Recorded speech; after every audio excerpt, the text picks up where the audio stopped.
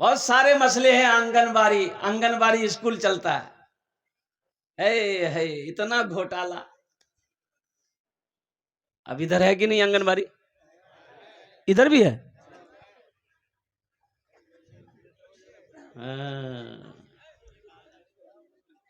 لے کھچڑی دے کھچڑی. اچھا یہ کھانے میں فیسلٹی ہے. یہ صرف کھچڑی، سرکار کھچڑی کھلانے کے لیے پیسہ نہیں دیتی ہے، چاول نہیں دیتی بھائی. اچھے کھانا ہے، ہفتہ میں ہر قسم کا کھانا ہے. کبھی انڈا ہے، کبھی کیا کہتے ہیں کہ پنیر ہے، کبھی سویابین ہے. اچھے کھانا ہے. یہ کھچڑی روز کہاں سے ہے؟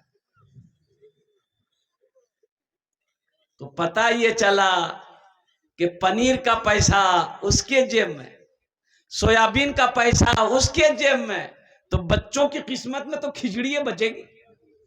تو آج تم ان کی کھچڑی، ان کے حق مار کر ان کو کھچڑی کھلاؤ.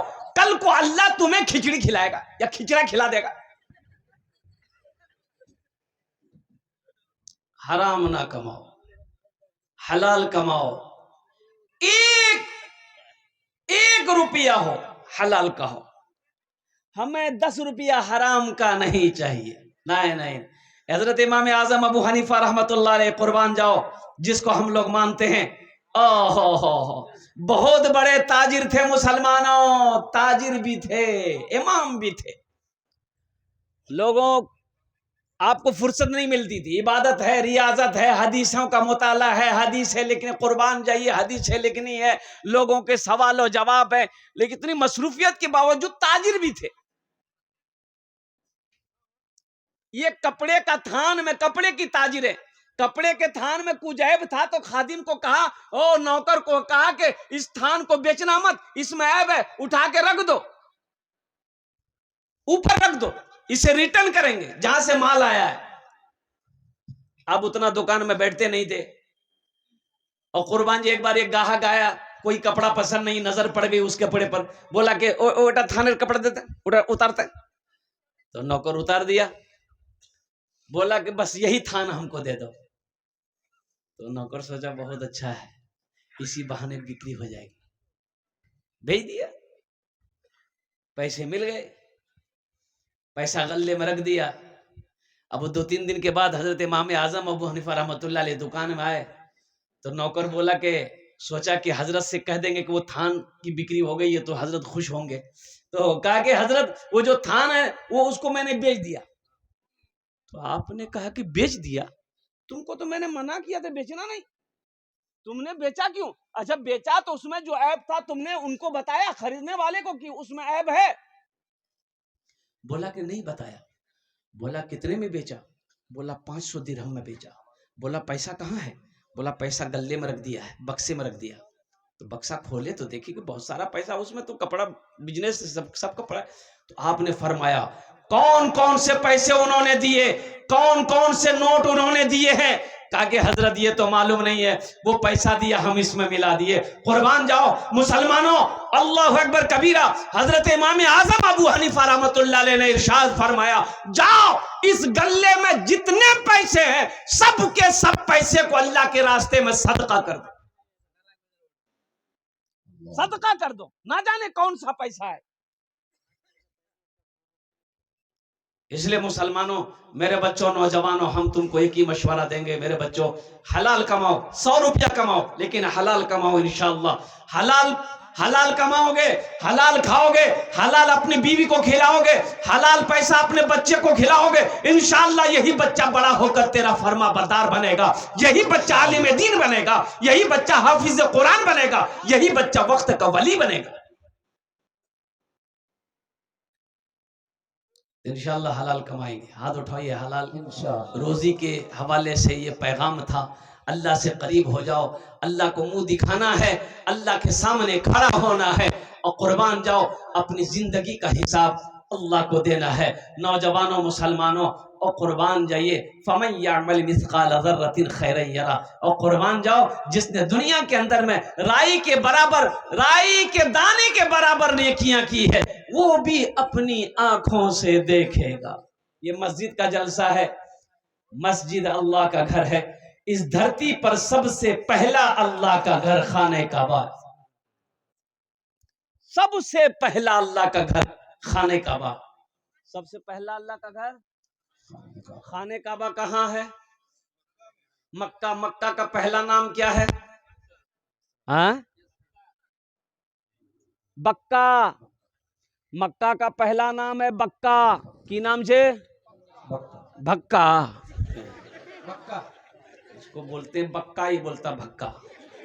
ان اول بیت وضع للناس للذی ببکۃ مبارک وہدی للعالمین، ببکۃ مبارک وہدی للعالمین۔ حضرت آدم علیہ السلام تشریف لائے، اللہ نے حکم دیا میرے آدم میرے گھر کی تعمیر کرو۔ قربان جائیے، حضرت جبرائیل امین علیہ الصلوۃ والتسلیم تشریف لائے، خانہ کعبہ کی بنیاد رکھی گئی، خانہ کعبہ کی بنیاد رکھی گئی، جنت سے جنتی پتھر آیا، قربان جائیے وہ پتھر اب بھی موجود ہے، دیکھیں گے انشاءاللہ وہ پتھر اب بھی موجود ہے، دیکھیں گے کتنے لوگ دیکھیں گے؟ تیار ہے انشاءاللہ الحمدللہ۔ ہاں تو 4 لاکھ ٹکا خرچہ کروا گے تو پتھر یہاں تھوڑے مقام ہے، حج کرنا ہوگا الحمدللہ، 4 لاکھ کیا 10 لاکھ بھی 20 لاکھ بھی خرچ کرنا پڑے گا، تو جو خرچ کرنے والے ہیں وہ کر کے رہیں گے الحمدللہ ثم الحمدللہ، کوئی بڑی بات نہیں ہے۔ مسلمانوں، نوجوانوں، وہ پتھر جو جنت سے آیا تھا اس پتھر کا نام ہے حجر اسود، جو حاجی لوگ حج کرنے جاتے ہیں اور قربان جائیے خانہ کعبہ کا 7 طواف 7 مرتبہ چکر لگاتے ہیں، مقام ابراہیم کے پاس 2 رکعت نفل پڑھتے ہیں، اور وہ جو پتھر ہے حجر اسود اس کو بوسا دیتے ہیں، اس کو چومتے۔ کیوں چومتے ہیں پتھر کو؟ کیوں چومتے ہیں؟ اللہ کے نبی جناب محمد الرسول اللہ، سارے لوگ بول دو صلی اللہ علیہ وسلم نے اس پتھر کو چومتے وقت ارشاد فرمایا، اے پتھر تو نہ نفع پہنچا سکتا ہے نہ تو نقصان پہنچا سکتا ہے، میں تمہیں چوم اس لیے رہا ہوں کہ تو جنت سے آیا ہے۔ کہاں سے آیا ہے؟ جنت سے آیا، اس لیے چوم رہا ہوں۔ اور حضرت عمر فاروق رضی اللہ تعالیٰ عنہ جب اس پتھر کو چومے تو آپ نے ارشاد فرمایا، اے پتھر میں تمہیں اس لیے چوم رہا ہوں، تم پتھر ہو، نہ نفع پہنچا سکتے ہو نہ نقصان پہنچا سکتے ہو، صرف تم پتھر ہو، میں تمہیں چوم اس لیے رہا ہوں کہ میرے نبی نے تمہیں چوما ہے، میرے نبی نے تمہیں چوما ہے۔ اور قربان جو مسلمانوں، حضرت ابراہیم علیہ السلام کو اللہ نے حکم دیا، میرے ابراہیم میرے خلیل میرے گھر کی تعمیر کرو۔ اچھا دیکھیے گا، قربان جائیے، اللہ اکبر کبیرہ والحمدللہ کثیرہ وسبحان اللہ بکرۃ وصیلہ۔ مسلمانوں، مسجدوں کو آباد کرو، مسجدوں کو آباد کرو۔ مولانا علی میاں رحمت اللہ علیہ اس دنیا سے چلے گئے، اس دنیا سے چلے گئے۔ آپ نے ایک جملہ کہا تھا کہ ہندوستان کے مسلمانوں اب بھی وقت ہے، جاگ جاؤ، نہیں تو وہ وقت بھی آئے گا کہ تم سجدہ کرنے کے لیے جگہ ڈھونڈو گے، جگہ نہیں ملے گی۔ آج دیکھیے نا، آج کی یہ 2 دن کل کی بات، سنبھل میں فساد ہوا، 5 نوجوانوں کو گولی ماری گئی، 5 نوجوان، بچہ ہمارا مرا۔ مسجد میں آیا تھا، نعرہ لگاتے ہوئے آیا تھا، پولیس آئی، وہاں پولیس نے گولی ماری نوجوانوں کو۔ اور سنبھل کا آج وہ کل کا واقعہ ہے، ایک امام صاحب کو گرفتار کر لیا گیا۔ کیوں کیا گیا امام صاحب کو گرفتار؟ اس امام صاحب کا گناہ کیا تھا؟ اس امام صاحب نے کسی کے ساتھ غداری کی، کسی کے گھر میں دکان میں چوری ڈالا اور ڈاکہ ڈالا۔ اس امام کی غلطی کیا تھی؟ اس امام کا جرم کیا تھا؟ اس امام کا جرم صرف اتنا تھا، بس اتنا تھا کہ انہوں نے کہا اللہ اکبر اللہ اکبر، صرف اذان دی، مائک پر اذان دیا، پولیس آئی پکڑ لی کہ تم نے مائک پر اذان دی کیوں؟ 2 لاکھ کا جرمانہ، جیل کے اندر میں ڈال دیا گیا۔ مسلمانوں، مسجدوں کو آباد کرو، مدرسوں کو آباد کرو، خانقاہوں کو آباد کرو، اب بھی وقت ہے، آپ اٹھو، جگو تو صحیح، ظہر میں 10 نمازی، عصر میں 8 نمازی، مغرب میں 9 نمازی، عشاء میں 5 نمازی، فجر میں یہ کو نہیں، یہ گئے کہاں؟ بولے پلنگ تو رہو۔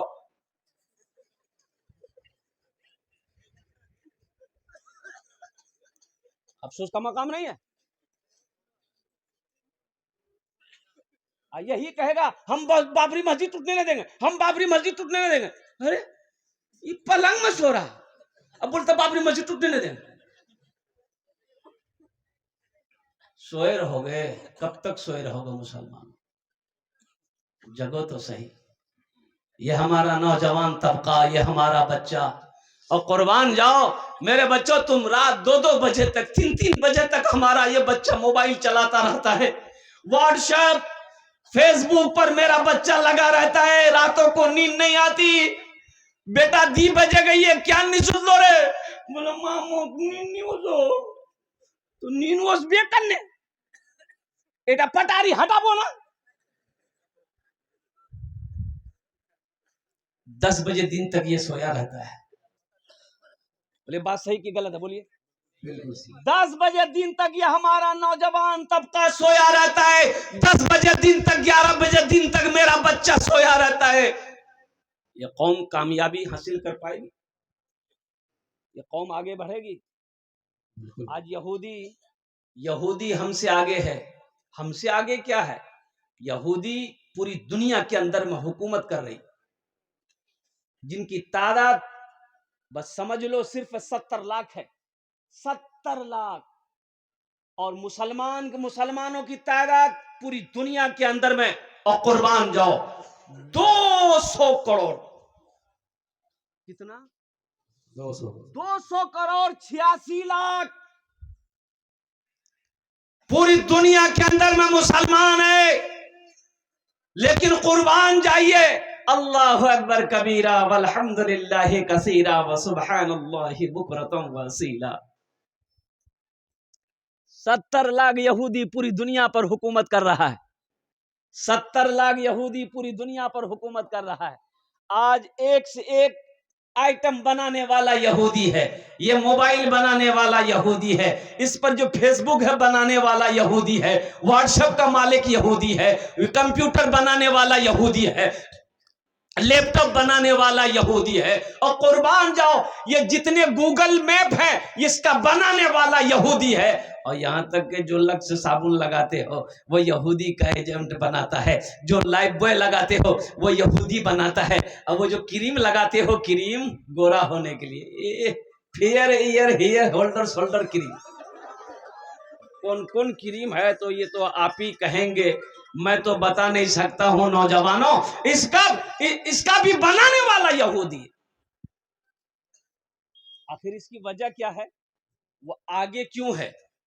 تو بتائیے گی وہ آگے اس لیے ہے کہ اس کے یہاں جب بچہ پیدا ہوتا ہے، بچہ جب 3 4 سال 5 سال کا ہوتا ہے تو وہ یہودی اپنے بچے کے ایک ہاتھ میں کتاب دیتا ہے، ایک ہاتھ میں قرآن دیتا ہے، ایک ہاتھ میں کتاب دیتا ہے، ایک ہاتھ میں قلم دیتا ہے۔ یہودی اپنے بچے کے ایک ہاتھ میں کتاب دیتا ہے، ایک ہاتھ میں قلم دیتا ہے۔ ہمارا بچہ جب ہوش سنبھالتا ہے، ہمارا بچہ جب 5 6 سال کا ہوتا ہے تو ہم اپنے بچے کے ایک ہاتھ میں کھرپی دیتے ہیں، ایک ہاتھ میں کچیا دیتے ہیں، بیٹا جا کھیتوں دھان کا۔ تو کامیاب وہ ہوگا کہ آپ ہوں گے؟ ارے بولو بھائی۔ بچوں کو اپنے صاحب ایمان بناؤ، بچوں کو اپنے صاحب ایمان بناؤ، قرآن پڑھاؤ، قرآن پڑھاؤ، سرکار کی سیرت پہ ذرا ان کو چلاؤ، قرآن پڑھاؤ، قرآن پڑھاؤ۔ میں یہ نہیں کہتا